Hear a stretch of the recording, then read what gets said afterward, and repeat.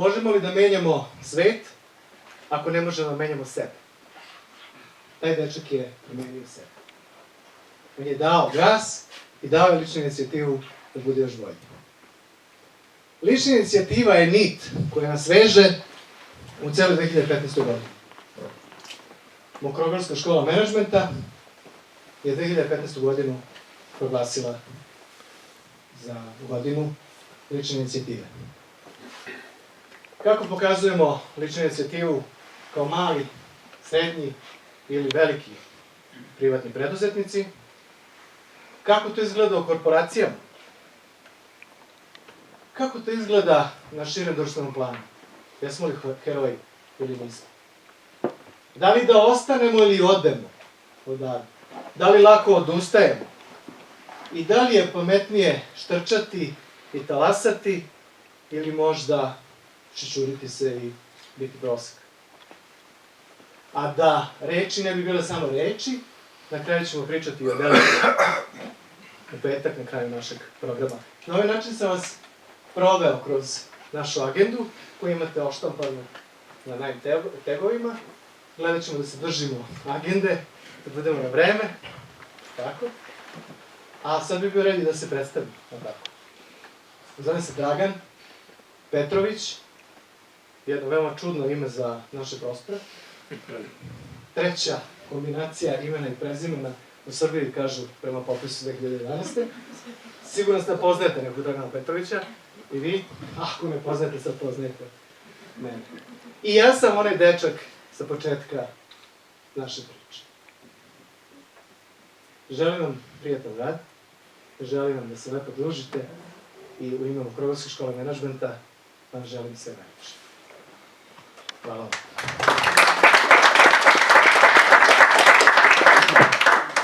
A sada imam veliku čast da najavim profesora Ljubomira Mađara, koji će nam držati uvodno predavanje na temu šta bi nam Šumpeter ili Šumpeter, kako se kaže, Šumpeter ili Šumpeter? Šumpeter, pošto je nemačko prezime, danas poručio. Hajde da čujemo, izvolite, dragi profesor.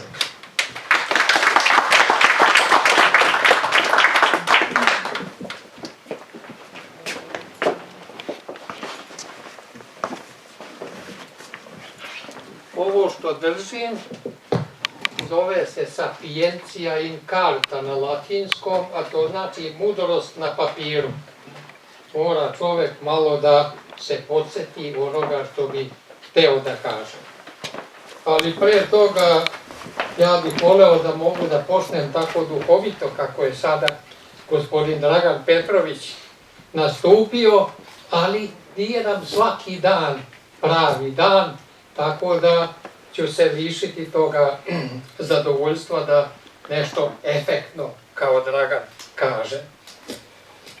Moja tema je šta bi Šumpeter rekao danas Srbiji i društvu u Srbiji. I oko toga bitne su dve njegove ideje. On je imao nekoliko takvih ideja.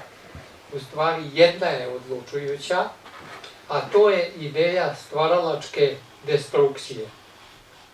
Druga njegova ideja, po kojoj je vrlo poznat, jeste da svet neumitno i neumoljivo klizi prema socijalizmu.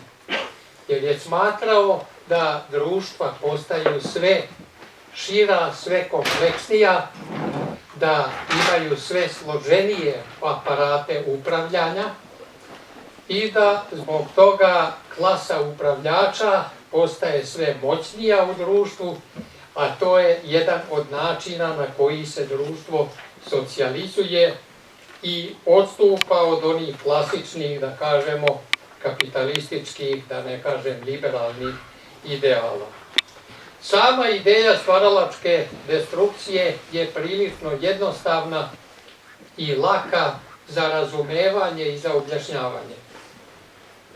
Razvoj se sastoji dobrim delom u raznim novinama, u inovacijama, u otkrićima, u tehnološkim raznim tekovinama koje se usvajaju i ugrađuju u privredu i u druge oblasti života.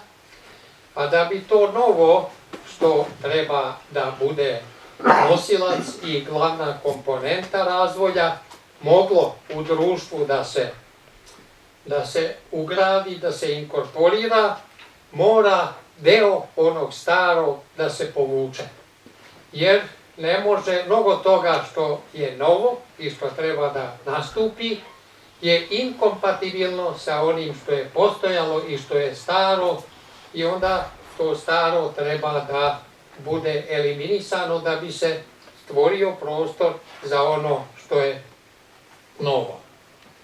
Ali treba odmah naglasiti da ideja stvaralačke destrukcije nije ideja koja obuhvata sve oblike rušenja. Nije svako rušenje stvaralačko, niti je svako rušenje poželjno, niti sve staro što je izraslo tokom vremena treba rušiti da bi bilo progresa. Jer kad bi to bio slučaj, ne bi bilo prelepih starih jezgara u mnogim gradovima, ne bi se sačuvali mnogi istorijski spomenici, mnogo toga što predstavlja i srž i oslonac naše civilizacije ne bi postojalo.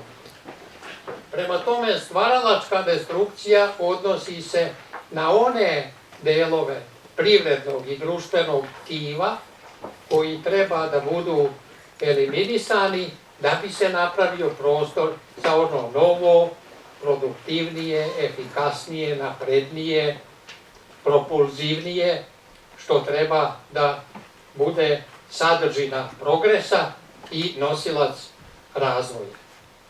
Najjednostavniji način da se shvati da neke stvari moraju da se eliminišu, dakle da se sruše, jeste da se pored tehnologije menja i tražnja i mnogo toga što je bilo traženo i imalo dobru prođu na tržištu, što je narodu i trebalo i što je narod voleo, mnogo toga izlazi iz upotrebe, prestaje da bude interesantno jer se pojavilo nešto drugo, nešto superiorno, nešto mnogo bolje.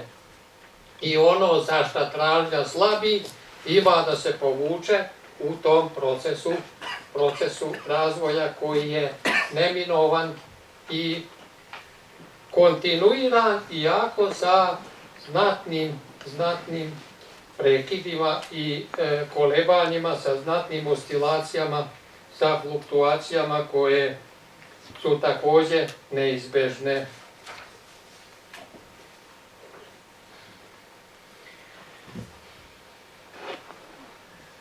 I ideja razaranja je takođe ideja koja pruža deo odgovora na to zašto smo ekonomski siromašni i u mnogim drugim pogledima društveno zaostali. Srbija je zemlja u kojoj je tih razaranja bilo mnogo, koja su bila prilično učestala u novije vreme.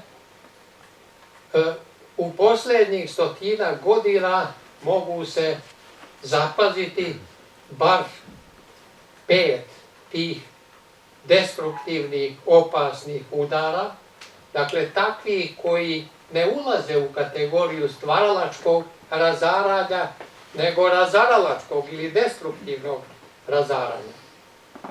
2 svjetska rata smo preživeli u poslednjih 100 godina, što naši preci, dakle mi kao narod. Zatim smo imali 45.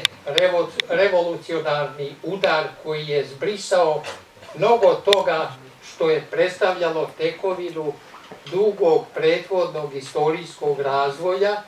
Privatna svojina je pak praktično uništena u privredi, višestranačka demokratija je eliminisana. To je bio jedan veliki udar koji je izbrisao mnogo toga što bi se moglo nazvati softverom toga društva, dakle mnogo toga u upravljačkoj sferi i mnogo toga u sferi svesti, dakle opet jedno razaranje koje nije stvaralačko nego destruktivno i takvo da ostavlja dugoročne posledice i decenije kad proteknu, boli glava od toga razaranja. I imali smo razaranje, imali smo par hiperinflacija koje su također strašni, razorni, destruktivni udari.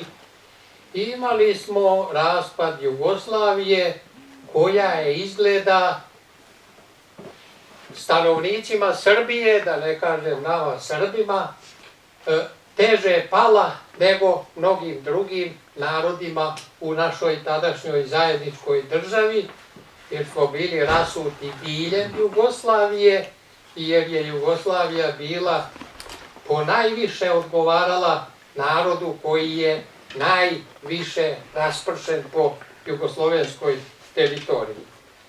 I ako bi trebalo jako kratak odgovor dati na pitanje naše zaostalosti, kratki odgovori znaju da budu i pogrešni ili samo delimično istiniti, ali taj odgovor bi bio da smo mi mnogo istorijskog vremena izgubili što u raznim razaranjima, što u raznim naporima da opstanemo usled opasnih posljedica tih razaranja, tako da bi odgovor na pitanje našeg ekonomskog siromaštva i eventualnog nepovoljnog položaja u drugim sferama života bio prustovski. Izgubljeno vreme je jedan od bitnih razloga, dok su drugi gradili, akumulirali ili se bar pripremali, uzimali dugi zalet za neki veliki polet. Dok su drugi to činili, mi smo se bavili samima sobom, gledali kako da opstanemo, trošili vreme na golo preživljavanje i to je deo naše istorijske sudbine koji je istovremeno deo odgovora na pitanje zašto u hijerarhiji evropskih zemalja nismo na nekom višem mestu kad je u pitanju nivo razvoja. To je ovako jedan opšti uvod u ovo šumpeterovsko pitanje šta bi se na osnovu njegovih ideja moglo kazati o Srbiji. A ja ću sad preći na jednu svoju omiljenu temu, u posljednje vreme bar omiljenu, i u odgovoru na pitanja koja će proisteći iz te teme ja ću se opet vratiti Šumpeteru, pokušavajući da razjasnim neke stvari koje me poprilično bune i na koje nema čvrstih i pouzdanih, ali ima bar, što bi rekli Amerikanci i Englezi, tentativnih, dakle orijentacionih odgovora, pa ću onda te odgovore pokušati i da ponudim.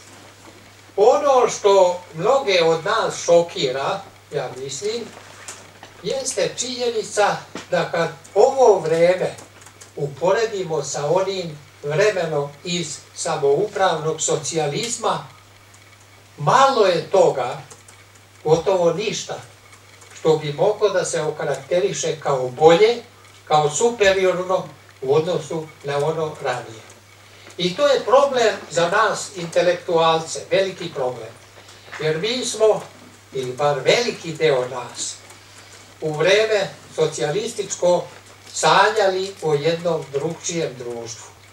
O društvu koje će biti politički zasnovano na višestranačkoj demokratiji, društvu koje će na pravi način, kad je reč o privredi, biti oslonjeno na tržište, društvo koje će biti pravno uređeno, gde će svojina biti zaštićena, gde će ugovori biti poštivani, gde će se država sa svojim poretkom postarati da svi odnosi između ljudi budu realizovani onako kako su dogovoreni.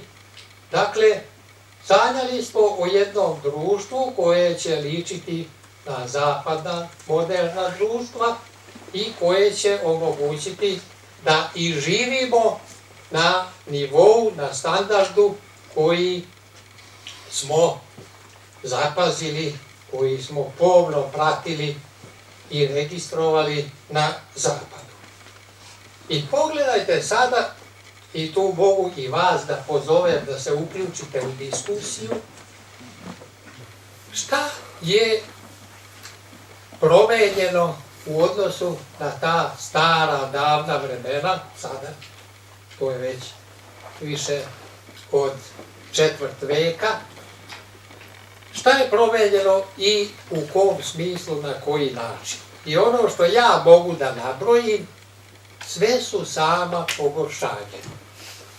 Uzmite, na primjer, onaj elementarni pokazatelj, stopu privrednog rasta, stopu po kojoj se iz godine u godinu povećava bruto domaći proizvod, kako mi to zovemo.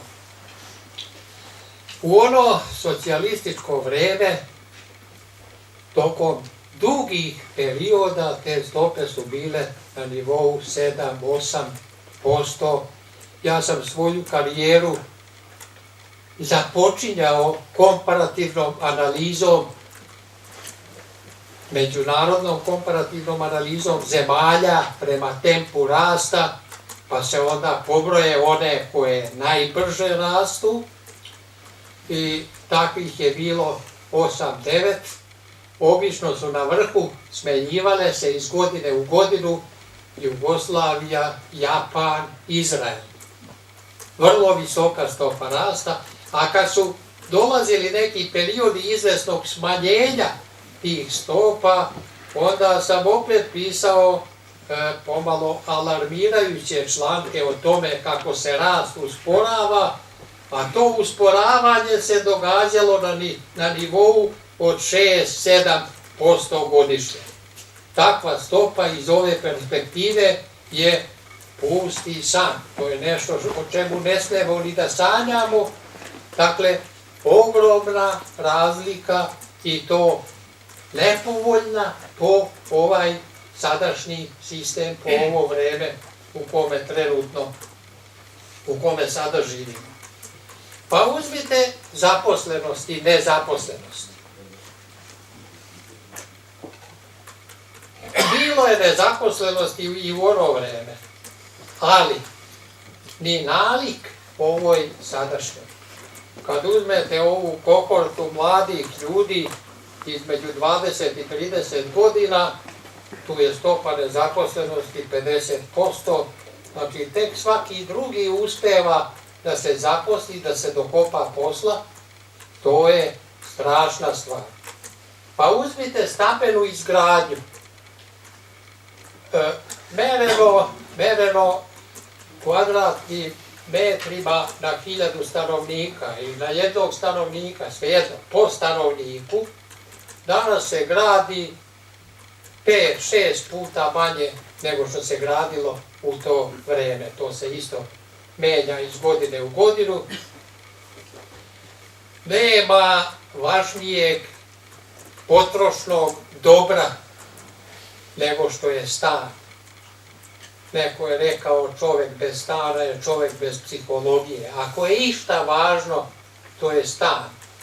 Pa i za nas koji se opredeljujemo za tu liberalnu opciju u razmatranju velikih alternativa društvenog razvoja, i za nas je to važna činjenica, jer ako nemaš stan, ugrožena ti je sloboda. Ako si negde podstanar sa nekakvim režimom koji ti gazda nametne ili propiše, to je ozbiljan atak na slobodu. Dakle, na taj jedan, kako bi se reklo, na toj elementarnoj fizičkoj ravni, ovo vreme je manje povoljno jer pruža manje stambenog prostora koji je fizička pretpostavka za slobodan život, za slobodnog čovjeka. Ima i drugih pokazatelja. Zaduženost, naša zaduženost, spoljna i unutrašnja, neuporedivo je veća od one koja je također smatrana za visoku, a koju smo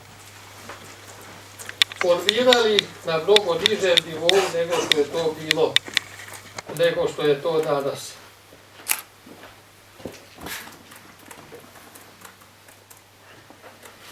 Tako da se mnogo toga nakupilo. Kad je reč o zaposlenosti, kad sam ja završio fakultet, imao sam mogućnost da se zaposlim na 3 lepa mesta. Na fakultetu, u tadašnjem Saveznom zavodu za društveno planiranje i u Somborskoj opštini koja me je 4 godine stipendirala. Moja ćerka je kao doktor ekonomskih nauka 2 godine bila nezaposlena i jedva se dokopala nekog mesta sa kojim i nije osobito zadovoljna. Time hoću da kažem koliko je ovo vreme lošije, teže vreme od onoga tada. I sad kažem, mi koji smo to pratili, analizirali, navijali za promene, mi treba da odgovorimo na pitanje nismo li se mi prevarili kad smo zagovarali te promene i kad se desilo nešto potpuno različito od onoga što smo anticipirali i što smo zagovarali.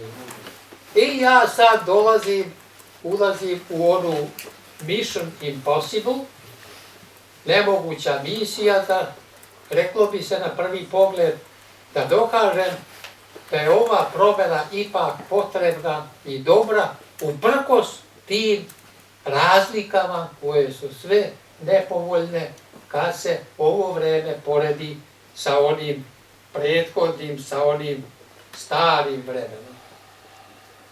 I ono što ću ja pokušati da pokažem jeste da je taj razvoj, socijalistički razvoj, bio u stvari neodrživ i da je on čak i u periodima najbrže ekspanzije i najvećeg prosperiteta sadržavao klice budućeg usporavanja pa i same privredne stagnacije, ako ne i privrednog opadanja.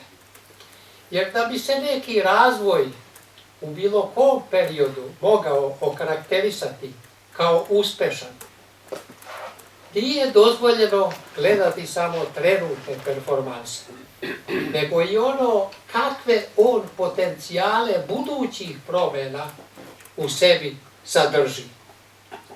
Da li je on održiv, to je jedna malo novija reč i često se koristi i sa pravom se koristi, razvoj koji nije održiv, kakve god da su njegove trenutne performanse, ne može da se okarakteriše kao uspešan. Taj razvoj je bio neodrživ. Ima raznih načina da se to dokazuje, možda nema sigurnog načina da se onako logički i besprekorno dokaže, ali jedan od razloga zbog kojih, po osnovu kojih bi mogao da se okarakteriše kao neodrživ, jeste činjenica da je sistem u kome se taj razvoj odvijao i koji je takav razvoj uslovio, da je taj sistem u stvari propao. Doživeo je svoj epohalni slom. Kad se nešto završi slomom, teško je tvrditi da je to bilo uspešno. I u stvari, kad sam ja počeo da poredim od stambene izgradnje pa nadalje, rezultate samoupravnog socijalizma sa ovim što imam od danas, ja sam svesno napravio jednu metodološku grešku. Jer pravo poređenje nije ovo sa onim, nego da se ovo poredi sa onim što se razumno može proceniti da bi proisteklo iz toga prethodnog sistema. A čim je on doživeo taj svoj slom, očigledno je da iz njega ne bi proistekle neke neke ozbiljne, neke značajne promene, očigledno je da bi to što bi iz njega proisteklo bolelo najmanje isto toliko koliko nas boli ova sadašnja situacija, a verovatno bi bolelo i više.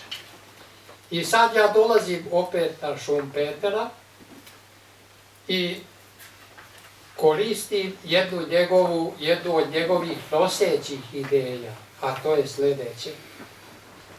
Da svaki razvoj u sebi nosi klice budućeg opadanja. On je privredni razvoj tretirao kao nešto što se odvija kroz čitavu seriju različitih ciklusa.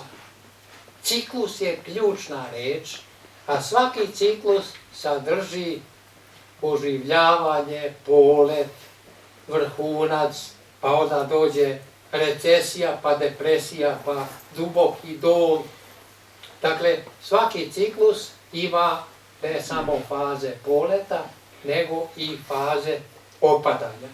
Ta njegova vizija ciklusa ga je dovela do zaključka da u svakom poletu postoje klice budućeg opadanja. I oni koji su čitali Svetolika Svetolika Rankovića, Gorski car, tamo onaj glavni junak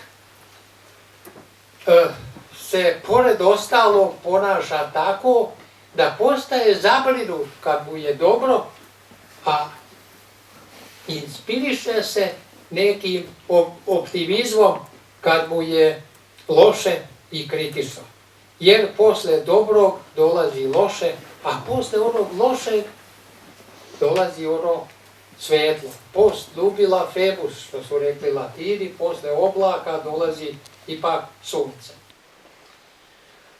Dakle, to je njegova ideja, pa čak i kad je neki period razvojni trajao veoma dugo, nekoliko decenija, on je i to objašnjavao na taj način, jer je pored ideje ovih standardnih ciklusa od po 10 godina prihvatio i ideju dugoročnih, dugih Kondratjevljevih ciklusa koji traju pola veka.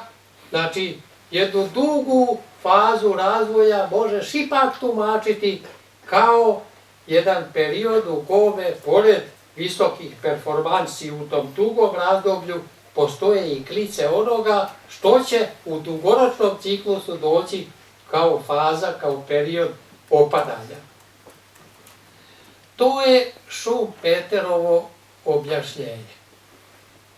Ali pre toga,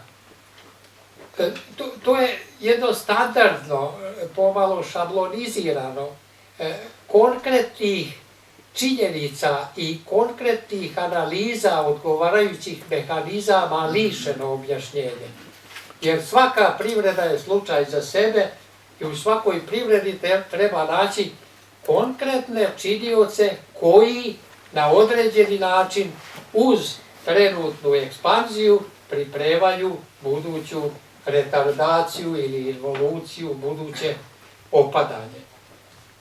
Ali ja bih mogao da vas pozovem da kažete, možete li, na primjer, vi da identifikujete nešto što je u sadašnjem vremenu superiorno, što je očigledno poboljšanje u odnosu na ono što se događalo, da kažemo, do 1990. godine. Mi smo zapravo doživjeli dva razočaranja.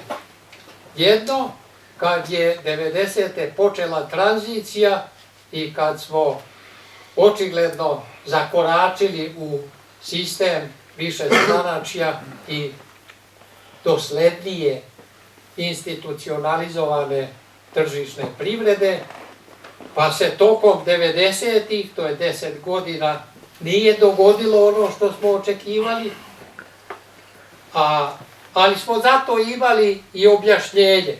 Bile su sankcije, međunarodna blokada, izgubili jugoslovensko tržište, a sankcijama sprečeni da normalno idemo na svetsko tržište, pa su bile dve hiperinflacije u tom periodu, manje više, pa bombardovanje, sećate se. Dakle, tu smo našli neke egzogene razloge koji su onemogućili ona poboljšanja za koja smo verovali da su inherentna novom sistemu demokratskom i tržišno zasnovanom. Ali je onda došla 2000. godina koja je otvorila velike nade i sjetit ćete se sa kakvim entuzijazmom su se stotine hiljada ljudi skupljale po tim mitinzima, naročito miting 5. oktobra. To je bio nagoveštaj jednog novog doba i velika očekivanja su bila probuđena. Međutim, to što se desilo, bilo je ne samo da nije bilo nalik na ono što se očekivalo, nego se pokazalo i kao suprotno od onoga što se očekivalo. A sad možda da čujem neki glas iz vaših redova, da bih i sebe obogatio, da dopunim svoju argumentaciju ili svoju sliku o ta dva vremena, šta se to poboljšalo. Ja sam se posle izvesnog napora setio nečega, pa sam to brzo zaboravio, jer je to bilo nedovoljno upečatljivo da bi se pamtilo. Nešto verovatno ima. Ima, profesor, mogu ja da kažem. Ajde. Jedino što se poboljšalo, to je ovaj autoput od Beograda ka Zagrebu, da mladi iz Srbije mogu brže da odu na zapad. Ništa se više nije. Lepo rečeno. Feđa? Ima dve stvari koje sam hteo da vas pitam. Prvo, niste dokaz protiv socijalističke državnosti, ste vi pisali u tolikim knjigama i radovima. To je komparativna perspektiva, znači ne samo Koreja i Japan. Kad se Grčka i Turska mere i Portugalija, one su zapravo dugoročno više napredovale od socijalističke Jugoslavije. To sam ja kod vas pročitao u jednoj knjizi vašoj iz 80. godine. Tako da, čudim me da niste to sada upotrebili kao argument protiv održivosti. Znači, ja sam to od vas naučio tu komparaciju. Znači, čak i Južna Evropa, ovaj tržišni deo je bolje napredovan od socijalističkog dela. A jednu stvar ste me inspirisali da razmišljam, da li možemo da kažemo da ono malo malih privrednika koji su nastali u ovim teškim uslovima, da su globalizovani u odnosu na socijalistička preduzeća. Ovo malo što živi u našoj zemlji, kao što je IT sektor, kao što su neki delovi prehrambene industrije, su bez ikakve zaštite uspeli da nađu neku, da kažem, ekonomsku nišu. Da li to, ako i tu kažete da nije, onda ću se rastužiti. Molim vas, mi svi znamo za Genex, Inex, ali oni su bili zaštićeni izuzetno, to su bile firme koje su imali i privilegije i zaštitu carina u slučaju zastave, itd. Da li je ovo malo što funkcioniše na svetskom tržištu, kao što je IT, kao što je neki delovi prehrambene industrije, da li je to vitalnije nego što su bila slična preduzeća u socijalizmu? To je visoko vredno i pruža neke nade za budućnost. Ali ja mislim da nije tako moćno kao što su Inex i Genex. Tamo sam ja hteo to da pomenem pre nego što ste vi to pomenuli. To su bile, bar za ono vreme, firme koje su u svetu bile poznate. Naše građevinarstvo je, recimo, doživelo jednu veliku afirmaciju u svetu. Mi smo mnoge hidroelektrane izgradili, mnoge objekte velike stvorili. Tako da postoje džepovi i u našoj privredi koji su iskočili, koji su se stvarno afirmisali, ali kad se sve sabere i oduzme, kad se izračuna stopa rasta na osnovu svega onoga što je krenulo i onoga što stagnira, ostaje prosek jako tužan i nedopadljiv. Tako bih rekao. Da. Sad da vidimo, Srđane. Pa meni je, profesore, zanimljiva jedna ovde teza koja je važna za sveukupno razumevanje. Šumpeter i konstruktivno razaranje, odnosno stvaralačka destrukcija. Pa vi pominjete 45. 917. 48. kao primere, recimo, te destrukcije. A ne pominjete, na primer, 2000. Ali to nije ni važno. Zanimljivije mi je da razumemo svi zašto 17. i zašto 45. mogu da budu u tom kontekstu podrazumevana kao destruktivna destrukcija, odnosno nestvaralačka destrukcija.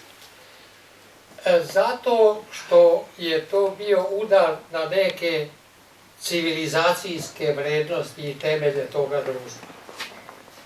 Nema prosperitetnog i civilizovano uređenog društva bez privatnog vlasništva i tržišne privrede. Ja neću time da kažem da je privatno vlasništvo jedini oblik vlasništva, uvek će biti i državnog i zadružnog i tako dalje, ali osnova privrednog mehanizma i privrednog napredovanja je privatno vlasništvo. Oni su udarili u taj temelj tržišne privrede. I pošto se ispostavilo da država na dugi rok ne može biti dobar proizvođač, investitor, preduzetnik, to se zaista pokazalo iskustveno, empirijski, morali smo se vratiti na tržište. A to znači da napredak ne zavisi od činovnika i od dostojanstvenika koji sede po ministarstvima, nego od poslovnog sveta, od preduzetnika. A taj udar je takve tragove, duboke i bolne ostavio, po mom mišljenju, da se oni osjećaju i danas. Mi danas imamo mnogo manje preduzetnika nego što bismo imali da nije bio napravljen taj veliki udar. I zato mislim da je to bilo destruktivno i razorno, jer danas imamo još uvek jednu društvenu svest koja je formirana pod uticajem događaja od 45. pa nadalje, društvena svest koja je neprijateljski ili bar sa izvesnom averzijom okrenuta prema preduzetnicima. Kad se neki čovek zaima, kad postane onako veći, kad mu sistem poraste, prvo što ga pitaju kako je stekao svoj prvi milion. I to je znak da mi nismo još kao društvo sazreli da damo podršku onih od kojih u stvari živimo, tako bar ja gledam. Vlast ova nova, ja mislim da je svoj politički uspeh i svoju izbornu pobedu ostvarila na osnovu udara na neke krupne poslovne ljude. I tu ja vidim veliki paradoks. Uhapsili su recimo Miškovića, pohapsili su još neke. Miroslav Živanov iz Agroživa, jedna moćna kompanija koja je funkcionisala kao sad, ali eto ste imali prilike da čitate po novinama proteste radnika koji mesecima nisu dobili plate i teške konvulzije kroz koje prolazi taj sistem od kad su srušili, uhapsili, uzeli u sudski postupak njegovog vlasnika. I ne samo vlasnika, nego preko 20 poslovnih ljudi koji su tamo funkcionisali kao sad. Dakle, To što ja vidim kao destruktivno jeste da je u našem društvu stvoren jedan paradoks, a to je da biračko telo koje se dobrim delom sastoji od nezaposlenih ljudi, a i od onih koji su zaposleni, a ne primaju dohodke, i oni koji su zaposleni, a primaju bedne dohodke, da to biračko telo najveći broj glasova daje onima koji udaraju po poslovnim ljudima, jedinima koji mogu da pruže to zaposlenje, koji mogu da preokrenu ovu privredu i da je upute nekom putanjom normalnog i održivog razvoja. Dakle, ljudi vole one političare koji udaraju po poslovnom svijetu, koji je jedina nada za privredni preokret i zapošljavanje onih koji nisu zaposleni. Izvolite. Milivoj Čalija, preduzetnik. Ja imam utisak da u poslednjih 10 godina u medijima prevladavaju slike poslovnih ljudi koji su svoj biznis bazirali na tesnoj ili vrlo tesnoj saradnji sa državom. Međutim, iz nekog razloga se vrlo često, odnosno skoro nikada, ne pominju klasični primjeri preduzetnika koji su izašli na njivu i napravili nekakav posao. Ja ću navesti par primjera koji su možda potpuno tačni, a možda nisu, tako da možete da ispravite, naravno. Prošli ste pored Mačkata, videli ste Zlatiborac. Znate priču o Čipsiju i načinu kako je prodat Pepsiju. Znači, to su primjeri koji bi trebali da se na neki način promovišu. Međutim, iz nekog razloga, svaki put kada se kroz medije, kroz javnost provlači ideja poslovnih ljudi, to su obično ljudi koji su ili svoj biznis bazirali na špekulaciji ili na posredništvu. Hoću da kažem da je budućnost ove zemlje u proizvodnim delatnostima i na jasnom kreiranju dodatne vrednosti, a ne na tom nekom tranzicionalnom špekulativnom sloju koji je legitiman, koji postoji svuda u svim tranzicionalnim zemljama, ali se ovde njemu pridaje jako veliki značaj. Toliko. Kod nas je odavno takvo vreme da je održavanje dobrih odnosa sa vlašću jedna od najvažnijih stvari u poslovnoj politici jednog sistema. Onaj koji ne uspostavi mostove saradnje sa vlašću, taj ne može da se nada mirnom radu i valjanom prosperitetu. Tako da, u stvari, mi, pored onog udara iz 45. mi imamo sve vreme dominaciju vlasti i politike nad poslovnim svetom. Sjetit ćete se, neki stariji među vama ćete se setiti, kako je pojam tehnostrukture bio jedno vreme strašno popularan. I stalno se govorilo protiv tih tehnokrata, protiv tih koji izrastaju, koji hoće da budu moćni. U stvari, vlast je sve vreme potiskivala i pritiskivala sve druge potencijalne centre moći, sem same sebe, koja je u tom pogledu imala monopolski položaj. Pa 71. čuvena seča Kneževa, kad su neki od najsposobnijih poslovnih ljudi bili smaknuti sa društvene scene uopšte. Dakle, mi imamo čitavu tu istoriju potiskivanja i pritiskivanja poslovnih ljudi, njihovog ograničavanja, njihovog onemogućavanja, zagorčavanja njihovog života. I ne bi trebalo sad da se čudimo što nemamo dovoljno te preduzetničke inicijative koja bi trebalo da nas privredno oživi i da nas postavi na jednu putanju normalnog, propulzivnog, održivog, kao što rekao, razvoja. Profesor, ima pitanja? Da. Mogu. Izvolite. Moj prijatelj i kolega vam predlaže da sednete ako hoćete da bude lakše, pa da vi se malo ošli najpred, što vi stojite, a mi sedite. Dobro, ja sam Dobro. takva je sudbina, odemo uloga. A nije to bilo pitanje. Ja sam Zoran Ilić, vlasnik Biomelema i 26 godina se bavim proizvodom. I kao proizvođač koji ceo život praktično u tome, moram da vam kažem da je najgori udar. Nije se desio ni 90. ni 99. nego posle 2000. I ja vam postavljam pitanje.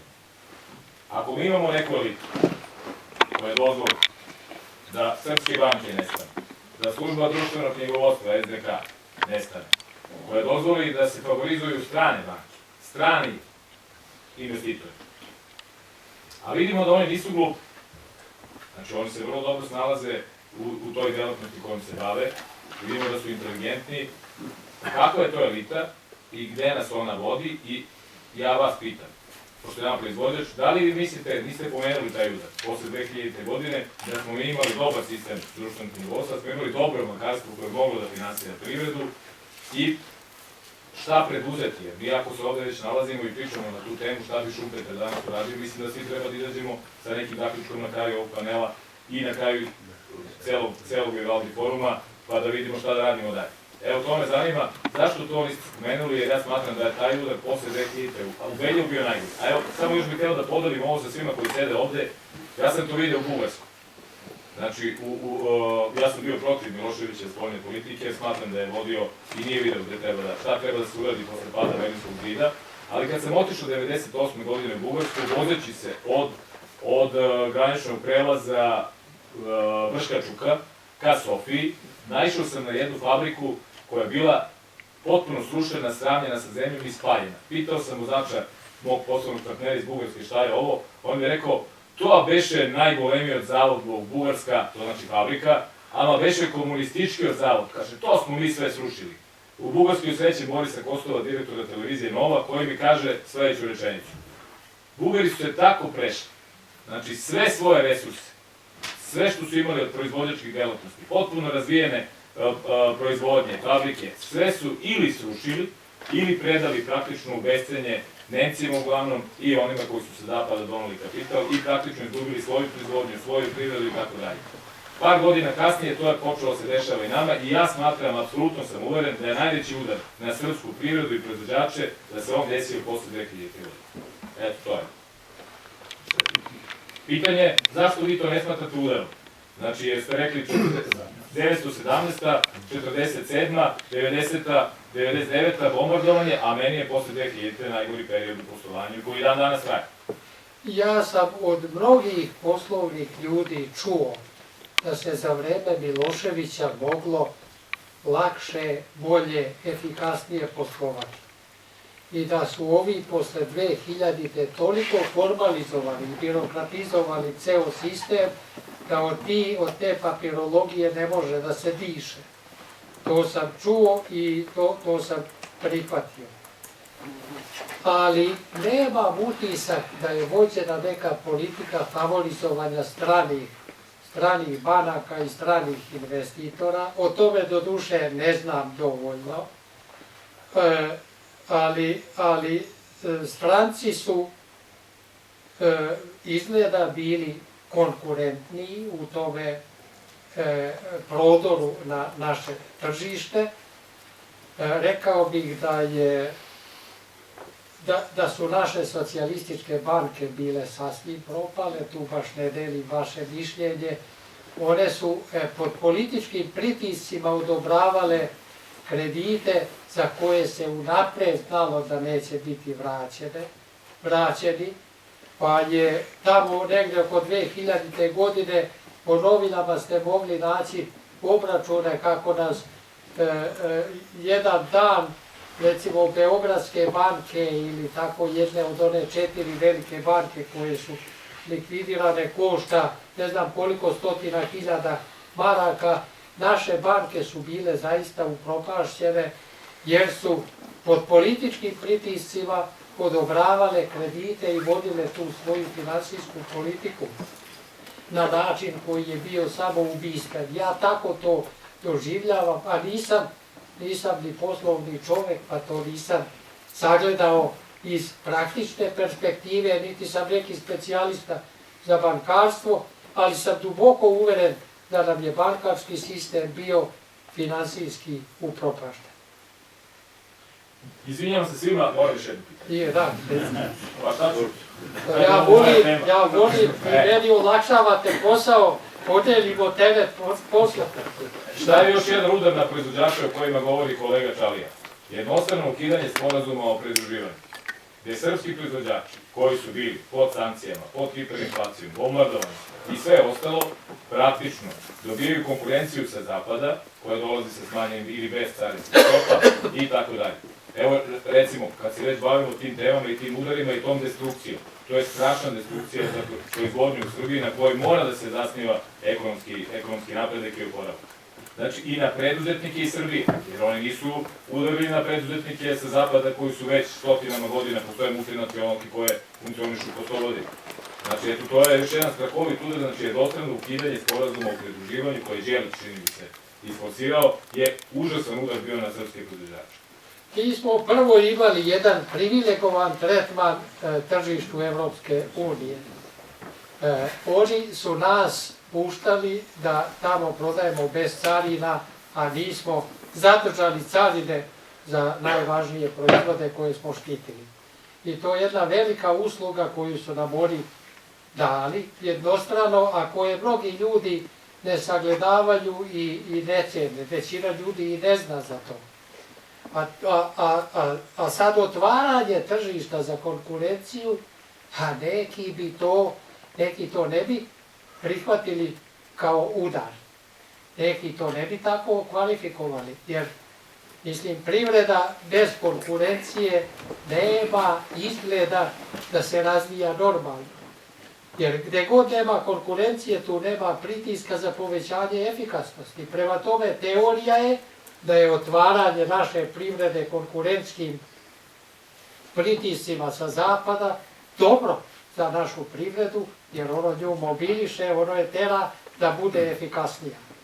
Ali odmah da dodam, u toj konkurenciji ima mnogo toga što je nelojalno. Naprimer, kad je poljoprivreda u pitanju, njihovi proizvođači, tu sam negde video cifru, da bezmalo 50% svog dohodka ostvaruju po osnovu subvencija. I onda naravno da mogu da budu cenovno konkurentni i to očigledno nije pravi način, to je način da se unište naši proizvođači.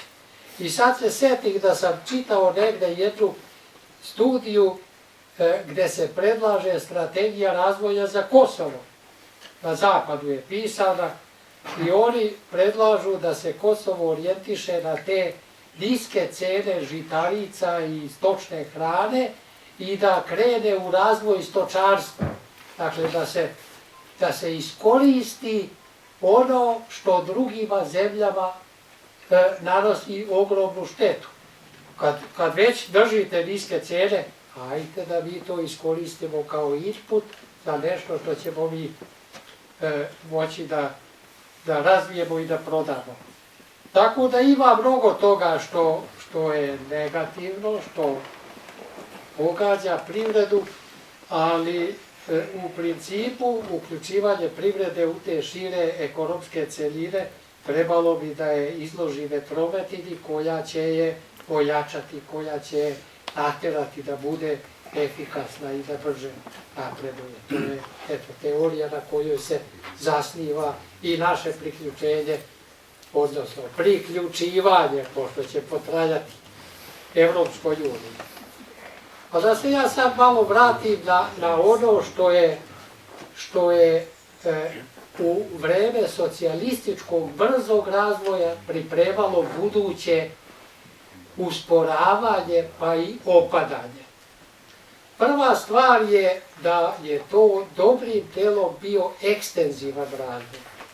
A ekstenzivan razvoj je onaj u kome se bruto domaći proizvod ili društveni proizvod, kako se računao u to vreme, povećava na osnovu sve većih i većih količina faktora proizvodnje. Više kapitala, više rada. Na selu je bilo mnogo toga, da kažemo, poljoprivrednog stanovništva koje nije bilo iskorišćeno, čiji prelazak u nepoljoprivredne delatnosti silno povećava produktivnost, jer napušta delatnost gdje je produktivnost niska, to je poljoprivreda, i prelazi u industriju i druge oblasti gdje je produktivnost mnogo veća.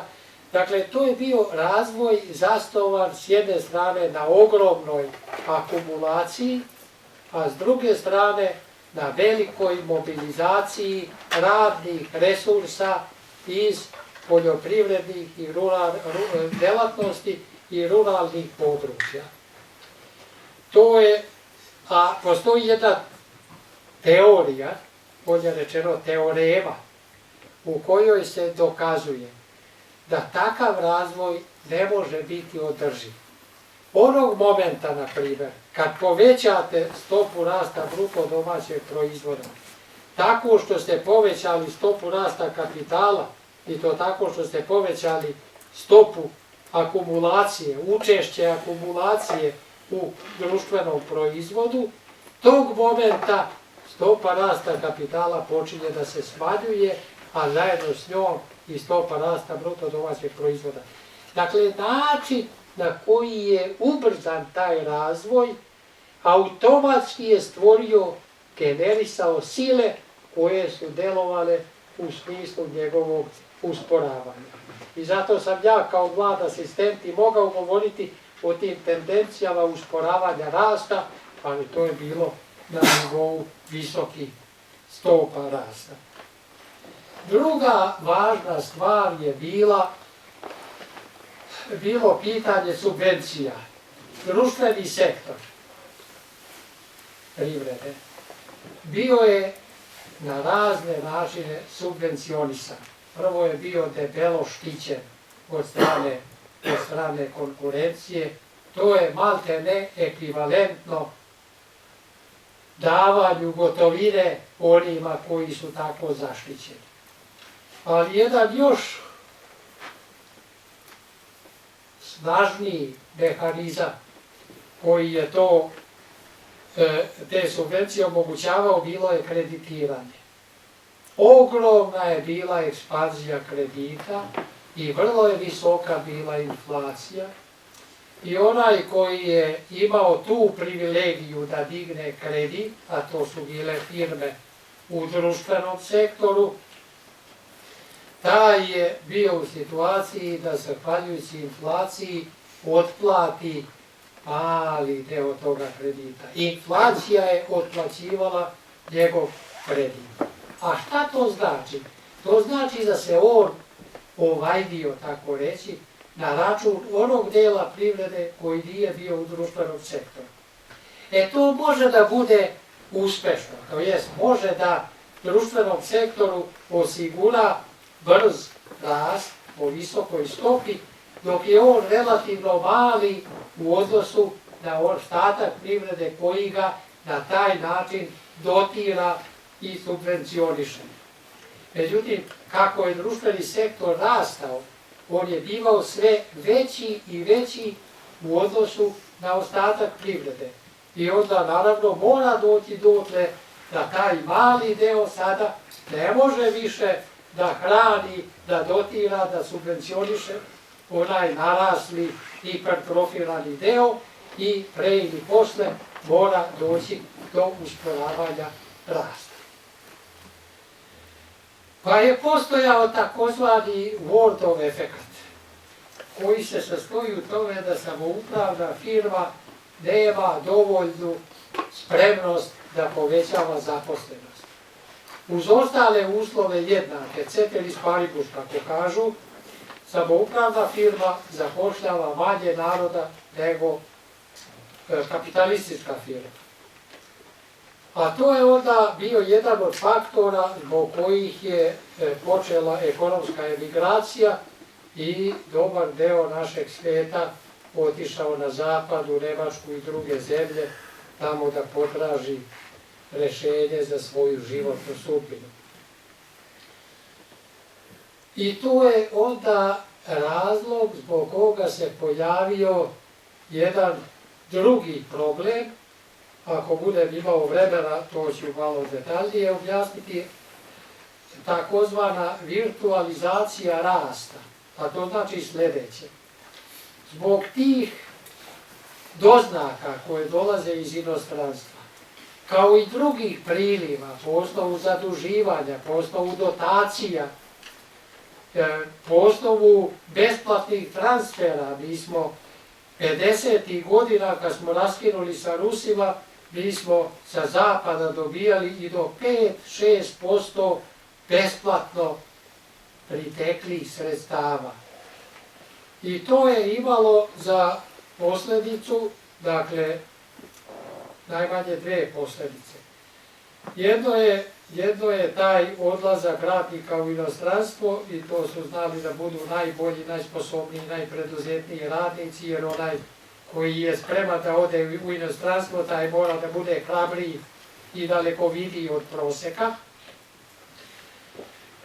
I to je onda dovelo do jedne neravnoteže u našim spoljno-trgovinskim tokovima. Priliv deviza kod nas je bio uvek veći od onoga što smo zaradili svojim izvozom. A to onda ima za posljedicu pojeftinjenje deviza ili jaku domaću valutu, jak dinar. A kad je dinar jak, privreda ne može lako da izvozi, jer jak dinar, apreciran dinar, ima za posljedicu da se izvoz ne isplati, a uvoz se jako isplati. I to opet ima bar dve nepovoljne razvojne posljedice. S jedne strane, privreda samo na međunarodnom tržištu ima perspektivu nekakvog prosperiteta i razvoja valjanog, a taj izvoz je destimuliran jakom domaćom valutom, a s druge strane taj ogroman uvoz guši i one delatnosti koje su orijentisane na domaće tržište. I to je opet jedna činjenica koja ima svoje korene u onom vremenu, a daje teške rezultate, loše rezultate, gorke plodove u ovome sada vremenu. Onda smo imali to veliko zaduživanje privrede. U samoupravnoj firmi jako se isplati dići što više kredita. Od tih kredita razne koristi vuče kolektiv, čak i kad se to investira, jer je investiranje rentabilna delatnost, a pošto onaj koji je zaposlen i završi svoj radni vek nema više veze sa firmom u kojoj je radio, onda oni koji dođu posle njega moraju da otplaćuju dugove koje je on uzeo. Tako da je naša privreda pokazivala jednu nezdravu sklonost ka velikom zaduživanju, ka finansijskom istrpljivanju, pa je to bila privreda u kojoj su zaposleni, doduše u nekakvim granicama i okvirima koji nisu mogli da budu baš racionalno određeni i striktno povučeni, gde su zaposleni sami sebi određivali dohod. Tamo gde zaposleni sami sebi određuju plate i zarade, tamo ne može biti dobrog investiranja, niti uspešnog razvoja. Tako da je i to jedan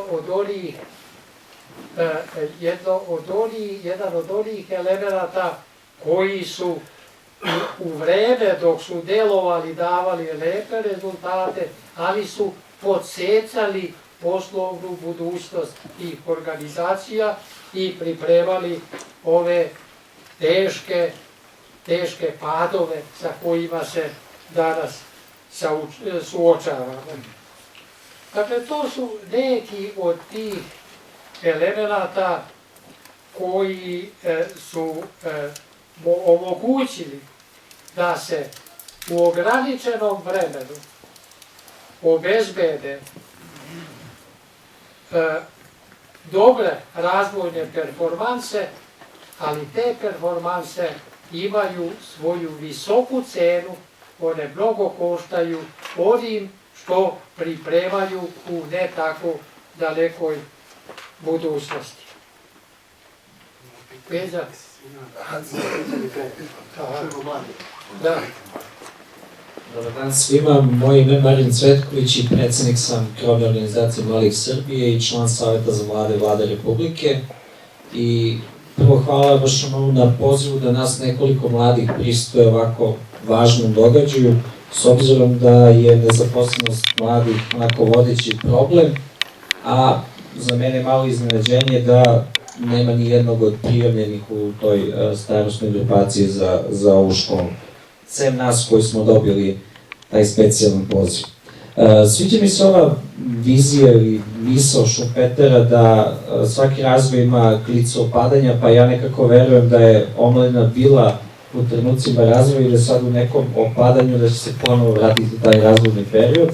Uzimajući obzir da je danas 1. april, dan omladinskih radnih akcija, koje su u ono vreme zaista bile nosioc socijaldemokratskih vrednosti među omladinom i gde je omladina na neki način bila i vrednovana i bila vidljiva. Onda su nastale te 90. koje do 2000.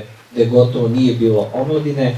Onda opet se javlja omladina koja kao lider stvara neke nove promene. Onda se ponovo javlja period gde ista ta vlast ponovo zaboravlja na omladinu, pa se mi ponovo okupljamo negde 2005-2006. godine gde blokiramo rad vlade i to na neki naš kreativan način zalepili smo onaj faks papir sa 2 strane lepljivom trakom i svim ministarstvima slali faks da hoćemo ministarstvo omladine.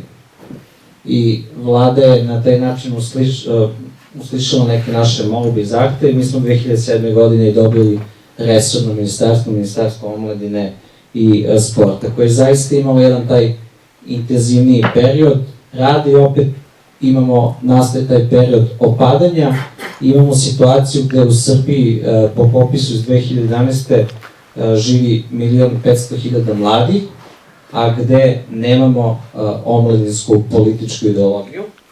Delimično smo i mi mladi kao biračko telo krivi, zato što u Srbiji glasa jedno 5 do 10%, a naravno politički sistem ima za ciljnu grupu ona koja većinski izlazi na izbore i profesor je pričao o ciljnoj grupi koja je možda zapušljena ili dobio novac, odnosno u radnom statusu da jedva preživljava.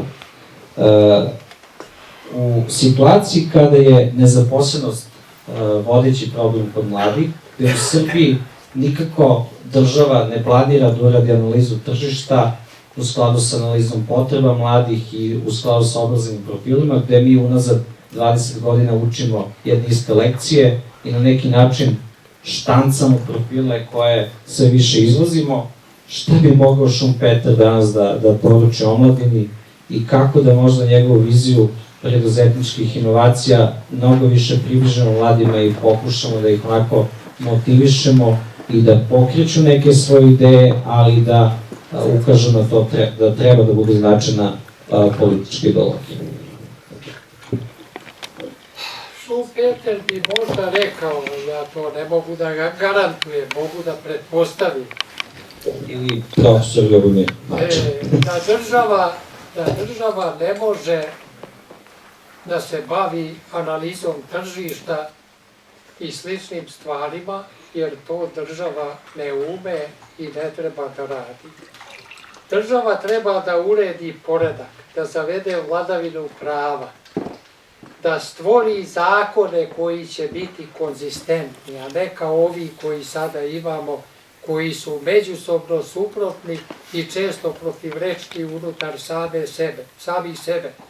Pa ako si poslovni čovek pa slediš jedan skup odredbi, ti ćeš se ugrešiti po neke druge odredbe, jer su one u protivrečnosti.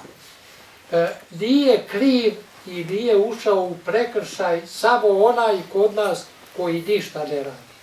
Čim se mrdneš, moraš po neki propis da se ogrešiš. I to je razlog, za taj razlog je odgovorna država.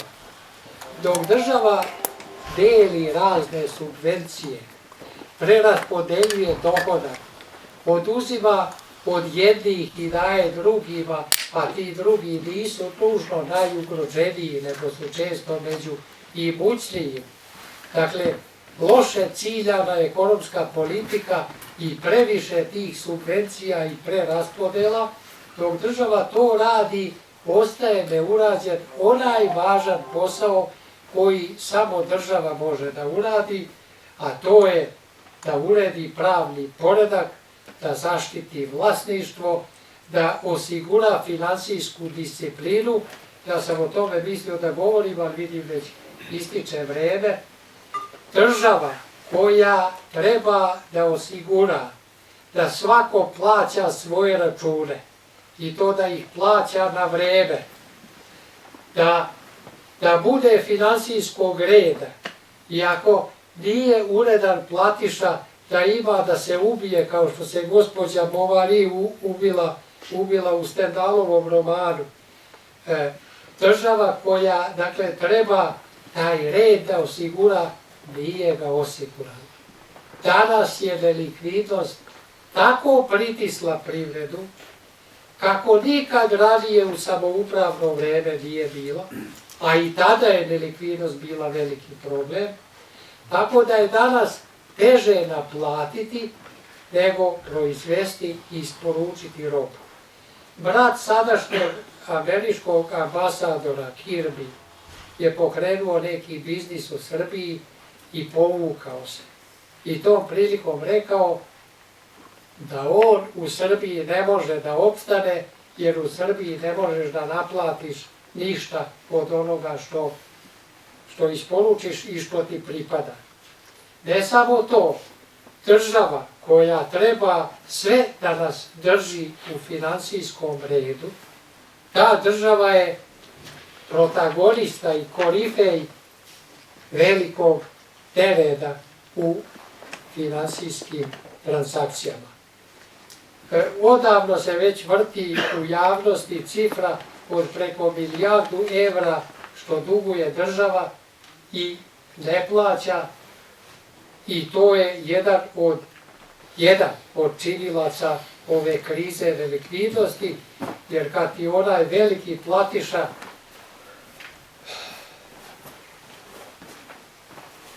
zadrži €1.000.000.000, to cela privreda mora da osjeti, to se lančano prenosi od organizacije do organizacije. Dakle, onaj koji treba da održava red, taj je glavni protagonista nereda i to je onda jedan krupan problem. Dakle, ja smatram da u modernom društvu i savremenoj privredi ima mnogo posla za državu. Šta više, smatram da nema dobrog tržišta bez valjane države, jer nema ko da osigura te institucionalne pretpostavke za tržišnu privredu nego država. Kao što rekao, vlasništvo, disciplina, infrastrukturu da razvija, što tako grozno radi. Samo usput da kažem, nekih 5-6 milijardi dolara kredita je dobijeno sa zapada od ove Evropske investicione banke i Evropske banke za obnovu i razvoj i drugih organizacija, a od toga je iskorišćeno nekih 60%, tu negde između 3 i 4 milijarde. Dakle, grdni krediti obezbeđeni, pa još i projekti postoje za ove koridore i to, a država ne radi svoj posao, ima projekte, ima pare, ali nema onu radnu, operativnu sposobnost da te pare valjano upotrebi u realizaciji tih projekata i mi danas plaćamo nekih 20 miliona evra godišnje penala na povučene, a neiskorišćene kredite. Dakle, država nam nije dobra. Zašto država nije dobra, to je priča koja nema kraja, ali jedan od razloga je da i država mora da se razvija. Nije lako doći do dobre države. Dobra država je stvar dugog, strpljivog i nekakvog sistematskog razvoja, tako da za dobru državu treba mnogo raditi, dobru državu treba izgraditi kao što treba izgraditi kapacitete u industriji i u drugim delatnostima. Ali naravno mi imamo i druge razloge. Naš politički sistem je sve do nedavno kao rezultat davao široke koalicione vlade. A koalicione vlade su maltene po definiciji neefikasne vlade.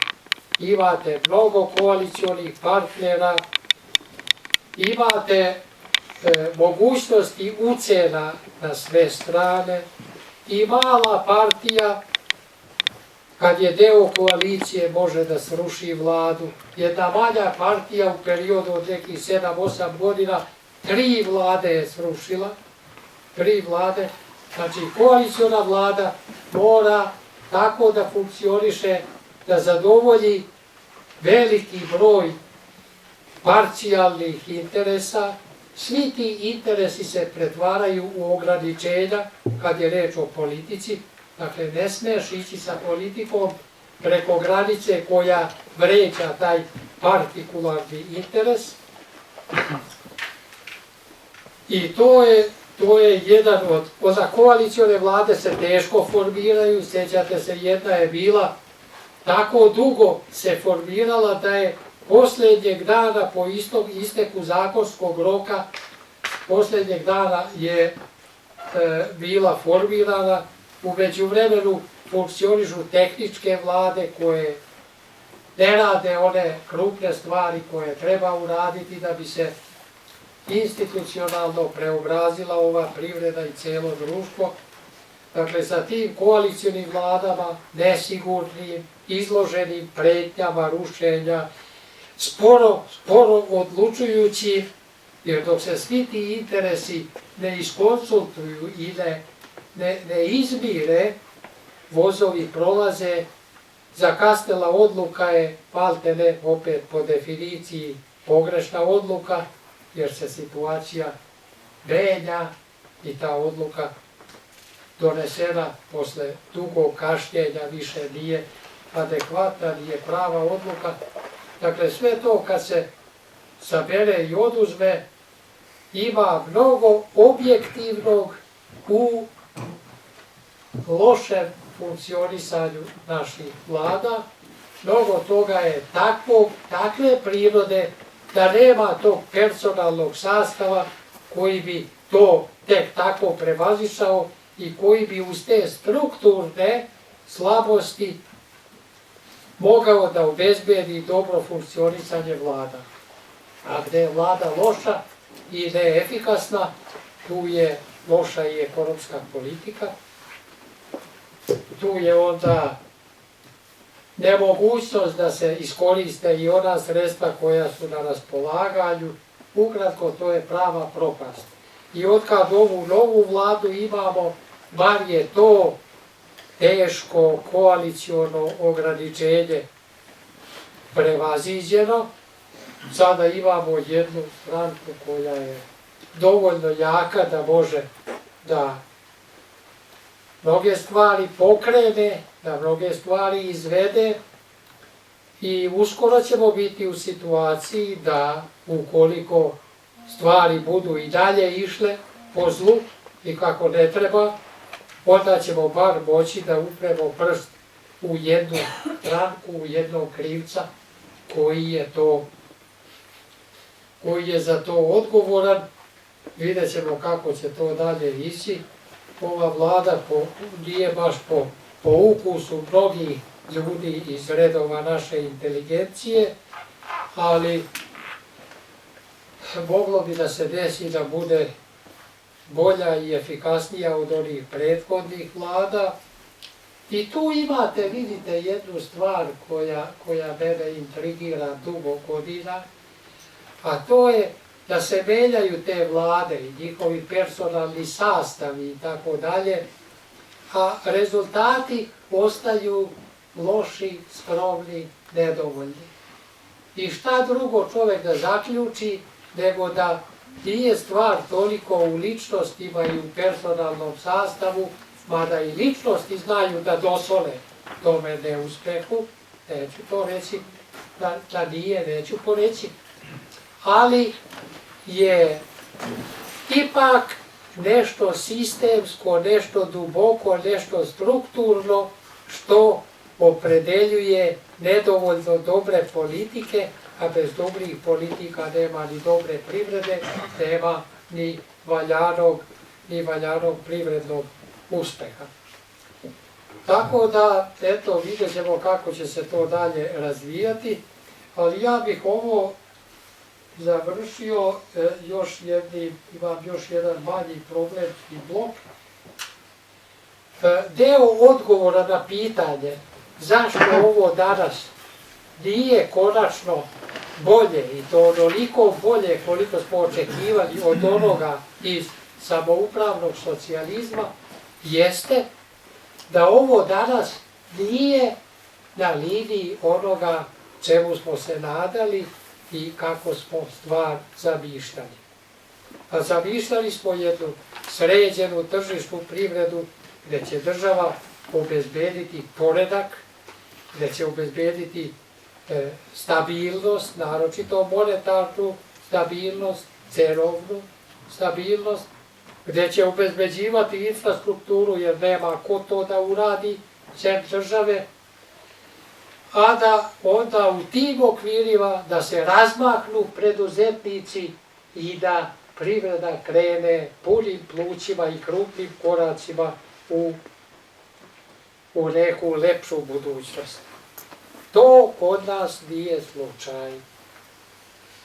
Mnogi tvrde da je liberalna koncepcija ukopala, upropastila Srbiju, da je prihvatanje tih liberalnih koncepata dovelo do jedne politike koja je bila pogubna po naš razvoj i po naš prosperitet.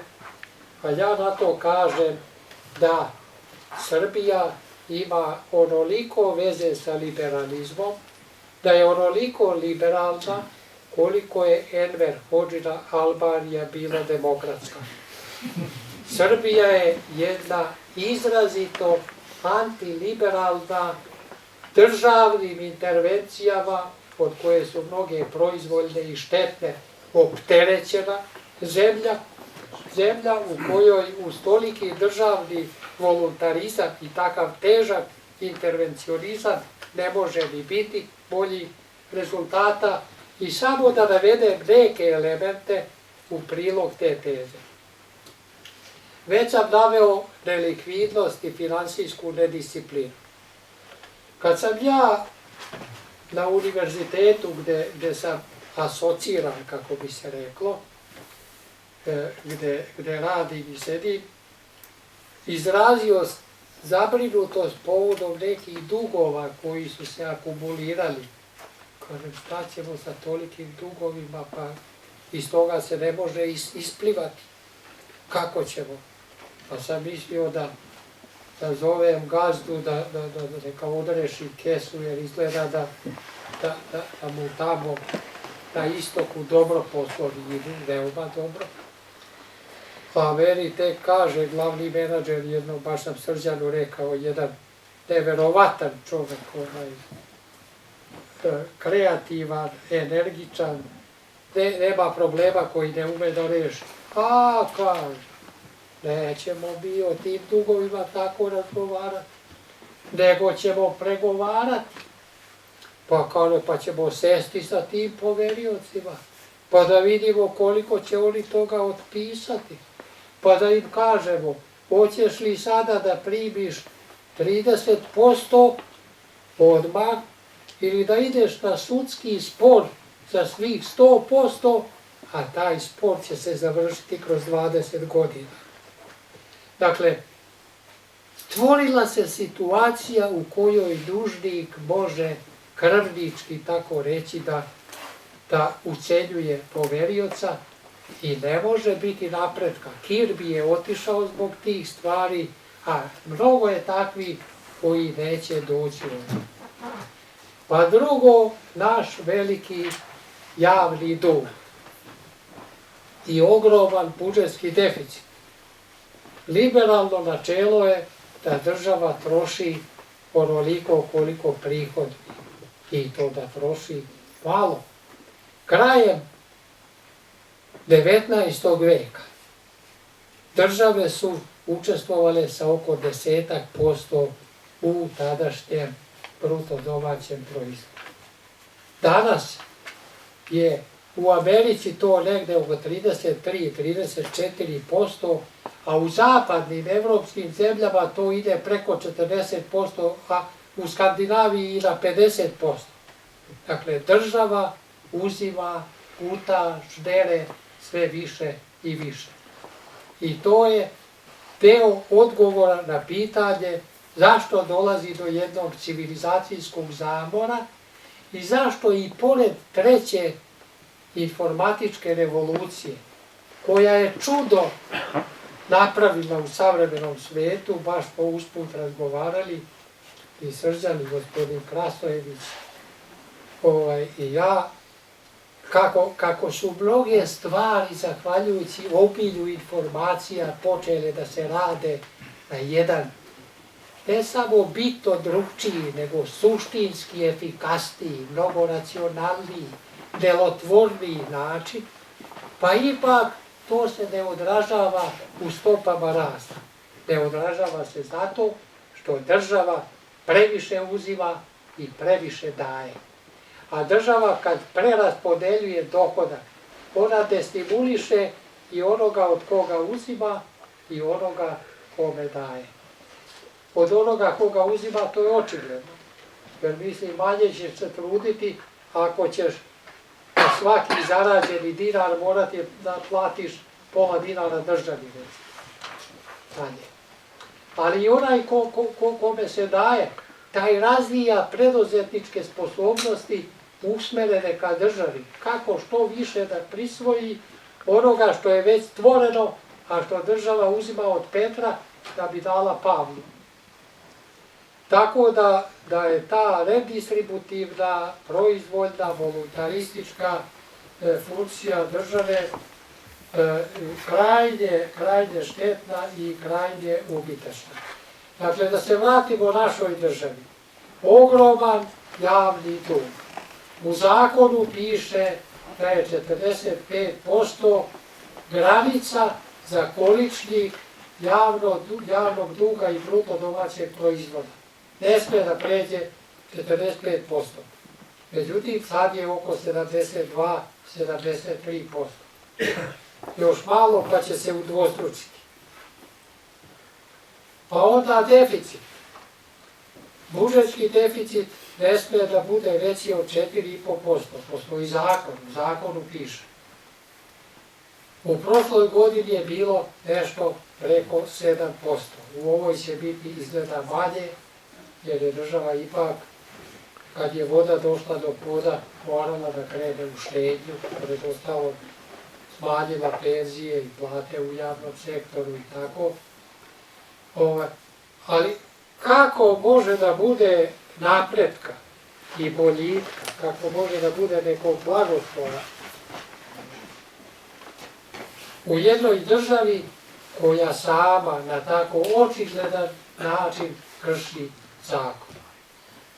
Ima latinska jedna, kaže, patere quam ipse fecisti lege. Poštuj zakon koji si sam napravio. Toga kod nas nema. Tamo gde se zakon ne poštuje, tamo ne može biti nikakvog napretka. A onda imate ovo selektivno sprovođenje propisa. To je najopasnija stvar koja može da se desi u jednom društvu. Naročito opasna za privredu. Jer kad se propisi ne sprovode dosledno, nego nasumično i selektivno, onda to znači da poslovni čovjek ne može biti siguran kad će taj propis biti primenjen, kad neće. A konkurencija tera poslovne ljude da ipak održe korak sa onima koji i predstavljaju konkurenciju. I čim jedan broj poslovnih ljudi krene da izbjegava propise, a to je uvijek moguće pri selektivnom sprovođenju, onda konkurencija tera i one koji imaju najveću averziju prema kršenju propisa. Jer onda bi opstao, on mora na isti način da se ponaša ili bar na sličan način kao i onaj njegov konkurent koji propise krši. Pa ne samo to. Tada su ti informacioni sistemi veoma moćni sa velikim kapacitetom. I vlast dosta dobro registruje te razne prekršaje. A pošto su zakoni nejasni, loše napisani, kontradiktorni, tih prekršaja mora uvijek da bude. I to se lepo registruje, to se pamti, to se pohrani kao informacija i onda se selektivno vadi iz tih datoteka. Pa ako nisi dobar u saradnji sa vlašću, pogledat će tamo u onaj fajl da vidimo šta to ima za tebe. I to je moćno sredstvo dominacije vlasti nad poslovnim svijetom. Istorija je inače puna tih napetosti između vlasti i poslovnog svijeta. Vlast se trudi da poslovni svijet drži pod svojom kontrolom, a poslovni svijet opet nastoji da utiče na vlast i da ovlada jednim delom vlasti. Situacija je kod nas takva da je država moćna, jako moćna, a poslovni svijet je, po mojoj ocjeni, a ima i drugčih mišljenja, poslovni svijet je u odnosu na državu nemoćan. I sve dotle dok se izborne pobjede dobijaju na progonima poslovnog svijeta i zatvaranjima, a te optužnice ni po godinu dana ne budu napisane, sve dotle dok biračko telo takvo ponašanje vlasti nagrađuje svojim glasovima, sve dotle crno će se pisati našoj privredi. Dakle, to su neki elementi, mogu da dodam još, izgleda da sam iscrpeo vreme. Jeste, profesor, agenda nam nalaže da imamo još jedno eventualno pitanje i zaključak i da zasluženo odemo na Da pomenem samo kontrolu cena, 40% našeg bruto domaćeg proizvoda je pod kontrolom cena, to je jedna izrazito antiliberalna mera, dakle zaduživanje, deficiti, veliko učešće države u vlasništvu nad kapitalom, javna preduzeća i ostalo. Sve su to elementi jedne izrazito antiliberalne politike. Dakle, do nekog liberalnog sistema treba će da prođu decenije strpljivog i upornog rada pod uslovom da bude političke volje za to, a političke volje nema, i s ovim ću završiti baš, političke volje nema zbog toga što svaka liberalna reforma podrazumeva lišavanje države onih elemenata putem kojih ona kontroliše društvo. Najveću moć daje prilika da se raspolaže parama, da se uzme od jednog, da se da drugome, da se uvedu neki propisi koji će nekome zagorčati život i naterati ga da ih tu i tamo ignoriše, pa posle ga kontroliše. Dakle, to su sve elementi jedne provede koja bi vlast lišila moć tih poluga kontrole nad društvom, a to vlast nije spremna da učini. Mnogo je slađe raspolagati dohodkom koji su stvorili drugi, nego se starati o izgradnji pravnog poretka koji će biti pravičan i neutralan i koji će svima dati jednake šanse za razvijanje biznisa. Evo, kaže i ponit finem sapiens et rebus honestis. Zapevaj, zasmiraj pa i zapolja zadevi. Diksi, Srđane. Ja imam jedno kratko pitanje, profesore, možda indiskretno, a vi ćete odlučiti. Koje ste godište? 38. mator sam voda. Ja mislim da je jedan aplauz za ovako. Ništa manje. Ima, samo da ovo dodam, ima jedan način da čovek ne postane stara, starost nije atraktivna, to je da mlad umre. Što je rekao Čem Sigla, tako. Da. Zahvaljujem se što dati to profesoru Mađaru. Zahvaljujem se vama na pažnji. Sigurni smo da je ona bila zanimljiva, može jako dugo da se priča, u svakom slučaju ima puno prilike da to u, što kažemo, marginama foruma još utvrdimo i da pitamo profesora Mađara. Mi se vidimo ponovo